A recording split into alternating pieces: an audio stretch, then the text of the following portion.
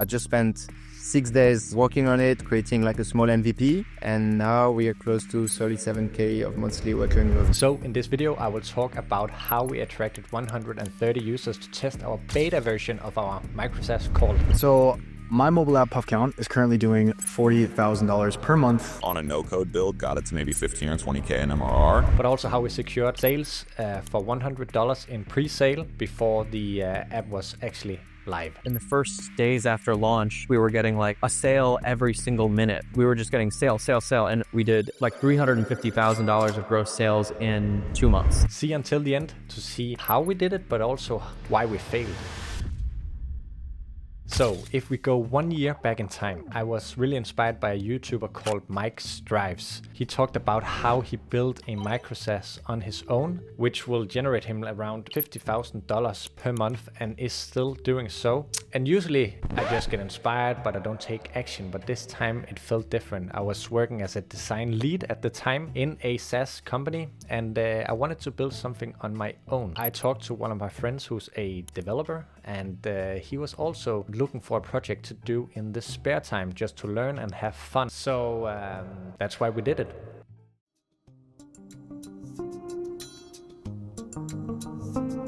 Before we wanted to actually start building it, we were talking about what should we build, so we had to come up with the idea. So we took 1.5 months just to coming up with ideas and to find something that we actually wanted to build, but also something that solved some sort of problem. After 1.5 months, we decided to build a thumbnail design tool, but the catch would be that we would help them make better decisions when creating a thumbnail. So not just only designing it, but also improving it and improve the click-through rate. So that was the problem we wanted to solve. We also really wanted to build a tool where you could design the thumbnail just as a challenge in itself. And that's actually one of the mistakes I will talk about later on. So the actual main idea was that you could build and design the thumbnail, and then when you were ready to test it, you could just with one button click, and then you would be shown a grid of other thumbnails, and your thumbnail that you are currently designing would be shown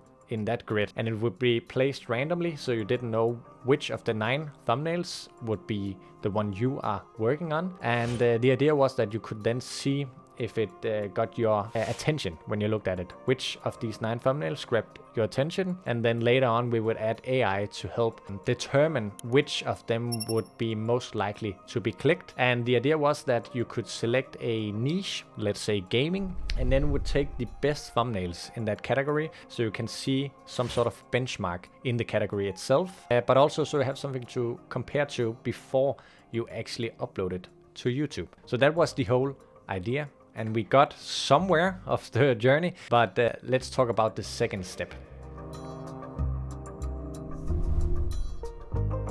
So the second step was the building part, which I just talked about. We were building a specific feature for thumbnails in the niche of YouTubers. And we used a framework to build the actual design tool, and it was really fun. And we also came up with templates and all sorts of different things. We did launch the MVP without having the real-time data from the API on YouTube, just so we could get it out quick and so we could actually test it. And I think it was really nice that we launched the MVP, but we did make a mistake. So the problem was that we wanted it out quickly so we could get some feedback and validate the idea, which is very nice. And we even got some people on a wait list to join it, and that validated the project somewhat. The problem was that we did launch it without a pricing. So we launched it for free, which meant that it was very easy for people to try it, but also very easy for people to churn. And if we later on wanted to actually earn money from the project, the freemium model is just not sustainable at the micro SaaS level. That's when you are building stuff like a Spotify or a Facebook or something of that caliber, where you just want a lot of users and then later on try to convert them into paid users. But that turns out it's really, really difficult to turn free users into paid users, where the problem is that with the free users, they expect a lot, but they will also use the, let's say, AI services, so that would be some usage cost for you, but they will also be using your customer support. And they also not very willing to convert into paid, where if you just give it a price, all the ones that want something for free, they will not try your product, and that's fine. As long as you have someone who wants to pay for it, then you at least validated that it's worth money, and you can save a lot of time and effort by doing that. You don't even have to build the product before you're doing that. You can make a smoke test where you take a landing page and you talk about which problem you are solving, and then you put it out visually in a very nice, appealing way, and then you give it a price. And you can even say that you want to give it a lifetime deal, even though you might be charging a recurring revenue in the future. You can give this product at a very low cost, lifetime deal, so it's risk-free and it's an irresistible offer in a way. We did sell 2 prepaid lifetime deals for $50 each, which I would say was a very high price considering that it was the MVP and considering the features that we had, and that there was somewhat of a stretch until we would reach the goal where we could deliver the value we wanted for that price. So it definitely validated it, but again, it was something we did in our spare time, and since we were doing the whole design part of it as well, it just took up way too much time, especially considering that we are competing against companies like Canva, Adobe. Those are huge and the tools are very, very, very good, and ours were just probably a really bad version of those, but still nice in a way since we did make it in our spare time. We should have focused on just solving the problems that wasn't necessarily design related, so the whole testing of it and the real-time data and comparison and the analytics and the prediction and all of that, and I still think there's a business case in that. So that was like the main issue, but it was still nice that we did validate it.